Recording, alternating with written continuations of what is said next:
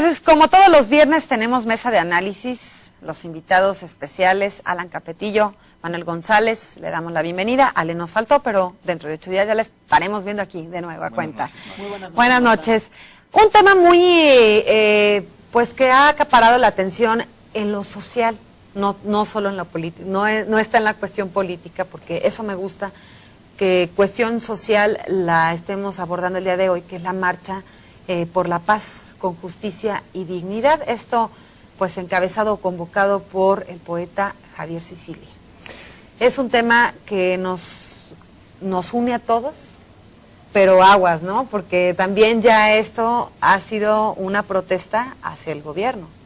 Entonces yo quiero que empecemos este tema, cualquiera de ustedes dos que lo aborde, de esta marcha que se está generando, y ya no solamente a nivel nacional, sino que ya ha trascendido las fronteras. Bueno, recordar los antecedentes, ¿no? Todo esto inicia porque el hijo de Javier Sicilia es asesinado, junto con otro grupo de jóvenes. Tiene la ventaja de que es un personaje, bueno, dada la fama de su padre, público, que rápidamente salta a los medios, que rápidamente queda claro que él no puede ser encasillado dentro de esta lógica que luego ha sido la comunicación del gobierno, es que se están matando entre ellos. Es claro que este joven no tenía vínculos evidentes con ningún tipo de actividad ilícita. Entonces, de alguna manera, esta descalificación que se usa comúnmente para decir que es que lo mataron porque andaba metido en algo del narcotráfico, porque andaban a malos pasos, eso ya no cabe. Es claro que aquí hay un daño en contra de una persona que era completamente inocente, que queda más allá probablemente de toda duda, que los medios nacionales lo recogen y el reclamo no se hace esperar, dado el peso de la figura pública, ¿no? Aparte, Javier Sicilia sale a los medios, hace una gran comunicación, toma un papel proactivo, no se encierra nada más en su dolor, sino que sale animado por su pena a hacer una reivindicación, un reclamo al gobierno, en particular federal, de qué es lo que está pasando, qué es lo que está haciendo en esta materia, y es lo que lo hace diferente a otros miles de casos que no conocemos, pero que están ahí, ¿no? La notoriedad del personaje y también la capacidad que tiene para comunicar en medios y convocar a esta gran movilización a nivel nacional, ¿no? A pie y también por vehículos. Así es. Aquí el asunto básicamente cobra relevancia porque se había manejado en muchos sentidos todo este mensaje gubernamental de que, bueno, la dichosa guerra frontal contra el narcotráfico, que estaba teniendo avances, que finalmente había algunos resultados, sí, pero también estaba la parte que no se hablaba o que no se decía o que regularmente trataba de minimizarse, que era precisamente el tema de las miles de personas inocentes que han muerto precisamente a lo largo de estos ya prácticamente 5 años de esta mentada guerra contra el narcotráfico. Y de alguna manera queda también en evidencia un problema. Muchas personas lo han llamado y lo llamaron en algún momento cuando hará cosa de 1 año, cuando se recrudeció un poco más la situación, que era precisamente una crisis del Estado. Yo creo que aquí el tema también tiene que ver con la soberanía nacional. ¿Qué tanto el Estado ha mantenido, en términos de soberanía como tal, su papel precisamente de aglutinador social?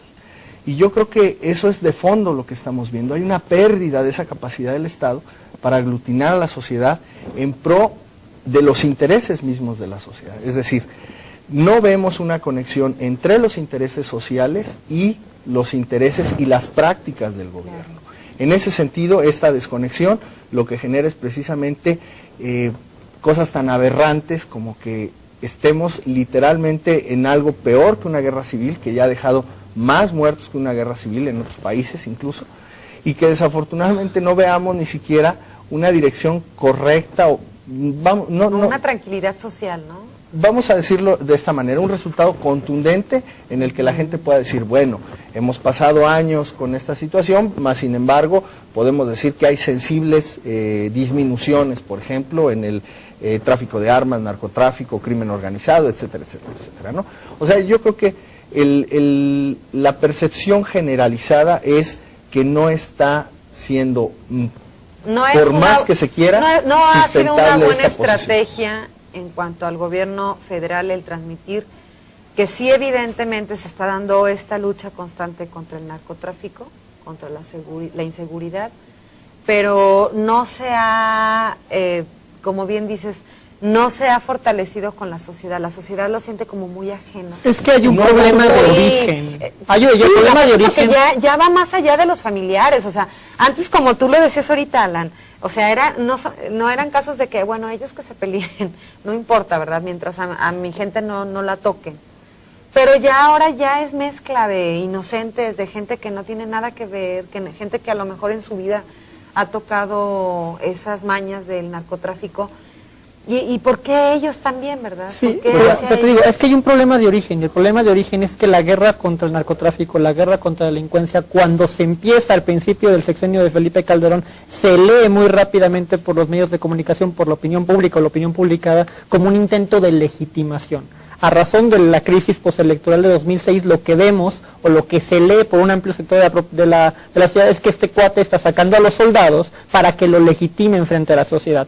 Con razón o sin razón, existiendo el problema o no, el punto es que hay esta lectura social que a la larga, en el mediano plazo, termina por descalificar cualquier intento de comunicación que haga el gobierno, porque todo lo que haga el gobierno va a ser descalificado bajo esta misma lógica, dado que hay este problema de comunicación de origen. Jamás Felipe Calderón puede salir a aglutinar a la sociedad en torno a esta causa, porque de origen parece ser que la causa se le achaca mucho a Felipe Calderón como un intento egoísta y soberbio de legitimarse, aunque yo creo que no es necesariamente verdad, pero así se lee. Sí, y en el largo plazo le impide ser el líder de un gran movimiento social que necesita estar verdaderamente unido para enfrentar un problema que ciertamente es real y que está matando gente. Ahora, ¿qué tanto va a tener esta resonancia la Marcha por la Paz? O sea, es decir, va a durar, todos estamos admirados de los kilómetros que se recorren, de que ya ha tomado fuerza a nivel nacional, a nivel internacional, pero ¿qué va a pasar después de? Hay un mensaje claro. Es decir, la gente, la sociedad civil dice, ya estuvo con el tema de la guerrita, ¿no? O sea, ya tu política del Rambo, ya, ¿no? Y en esta situación, frente a las víctimas, frente a la misma gente que se ha visto afectada, y afectada o no, al final de cuentas, uno no puede vivir en condiciones donde, por un lado, tienes una situación de inseguridad por crimen organizado y por otro lado dices, bueno, ¿qué seguridad me da el Estado? Y el Estado también resulta que es victimario de su mismo pueblo, ¿no? Entonces, yo creo que en este escenario así de complejo el mensaje es, ya estuvo con este asunto.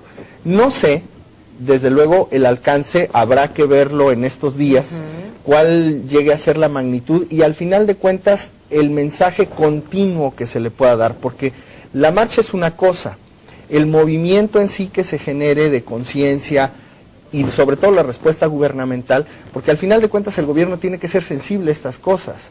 No puedes tener a la gente en condiciones de pobreza, en condiciones de inseguridad, en condiciones de rebeldía. Finalmente, entonces, ¿de qué se trata? Es una rebeldía, ¿no? O sea, es una marcha, pues es una rebeldía, es una revelación, no rebeldía, es una revelación hacia algo. Ahora, tenemos antecedentes. Si vamos a 2004 con la primera marcha, gran marcha contra la inseguridad, en aquel entonces más que contra una guerra con el narcotráfico era contra el secuestro. En aquel entonces salen a las calles las personas, toman la Ciudad de México, se visten todos de blanco. Hay este detalle donde Andrés Manuel López Obrador les llama pirurris, y eso a la larga le cuesta a Andrés Manuel López Obrador probablemente la elección presidencial. Bueno, pero ahí digo así, y la intervención. No, sí, desde luego, nada más por poner el antecedente del caso, de las consecuencias que puede tener una marcha. Tenemos el antecedente también del caso de Nelson Vargas, el caso de otras figuras prominentes que se han constituido a la larga como referentes morales. Es el caso de la señora Miranda de Wallace, el caso de Nelson Vargas, estos famosos, si no pueden renuncien, o ahorita el que está enarbolando Sicilia, que es estamos hasta la madre, ¿no? El punto es estas, así lo dice, y es la bandera que se está tomando, es el mensaje que está mandando. Es un mensaje fuerte, es un mensaje fuerte. Lo que pasa es que al final de cuentas es el asunto de fondo es estamos entrampados. O sea, tú como sociedad, ¿qué le dices al gobierno? Oye, arréglate. Tienes por estado más de una zona militar. Y si se supone que tú sacas al ejército que bueno, bajo la opinión de muchos que entendemos la res pública en otro sentido, decimos el ejército no es para el combate al narcotráfico, pero bueno, salvo las opiniones oficiales dicen sí, hay que intervenir, es mejor, etcétera, etcétera, adelante. Pero si lo haces, si tienes más de una zona militar por estado y no acabas, y tienes más de 5 años, oye, alguien no está haciendo su chamba.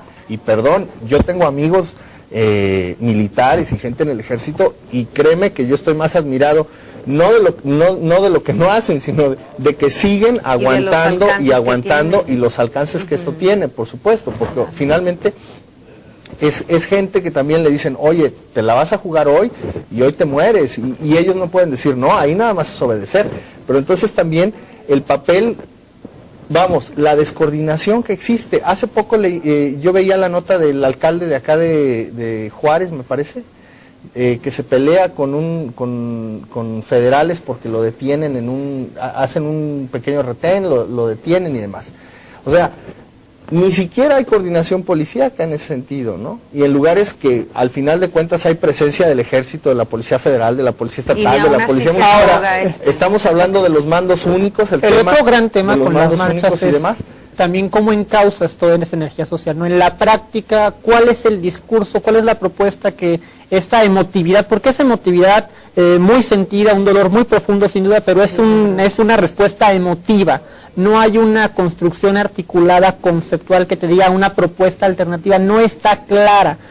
No está clara cuál es la alternativa que se está proponiendo, y también es complicado. Hacia no, obviamente hacia el gobierno, ¿no? Porque pero nosotros no los problemas no se resuelven con emotividad. A veces la gente dice, bueno, pero la mitad es el gobierno y la mitad... Evidentemente sí, la mitad también nos toca a nosotros, pero hacia un tema tan fuerte como es la seguridad, pues ¿qué propuesta tenemos que dar nosotros? Pero tú como ciudadano, ¿qué haces? Tú trabajas, ¿sí? O sea, tú sostienes a tu familia, trabajas, estudias, lo que quieras, vamos, eres gente de bien. ¿Qué está sucediendo frente al gobierno que no te da las condiciones mínimas necesarias para la convivencia? Ahí el problema es que el discurso del gobierno es, estoy haciendo lo que puedo. Lo que puedo no es suficiente, pero no puedo hacer más porque no tengo otros instrumentos para. Y ahí lo que hace falta del lado de la sociedad civil es una propuesta que diga, tienes estos instrumentos concretos, tienes estas leyes, tienes estas políticas públicas que te pueden resolver estos problemas. Pero no podemos debemos de ser preventivos, no reactivos. O sea, ya ahorita ya se está actuando de una manera reactiva. Pero a estas alturas, ¿qué se puede hacer? No se hizo la previsión. Pero a estas alturas es una realidad. Sí, o sea, ahorita ya actuamos de manera reactiva. Ahora, otra cosa increíble que yo jamás había visto, bueno, antes me refiero de Fox, el mensaje que le manda el presidente Calderón al Vaticano, ¿no?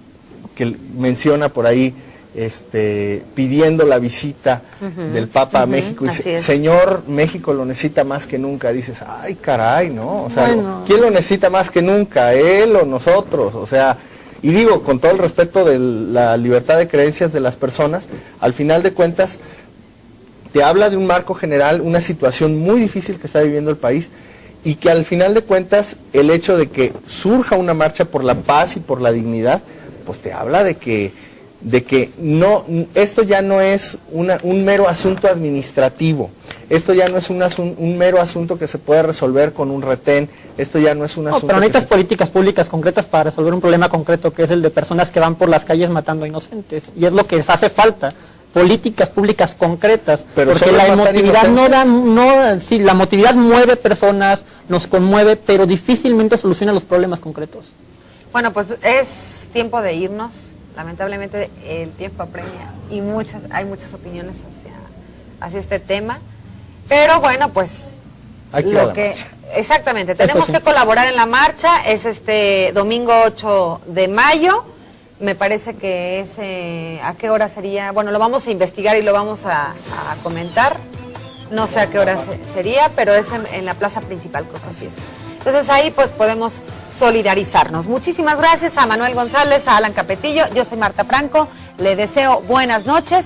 Aquí en punto de las 20 horas, toda la información de Ultra Noticias.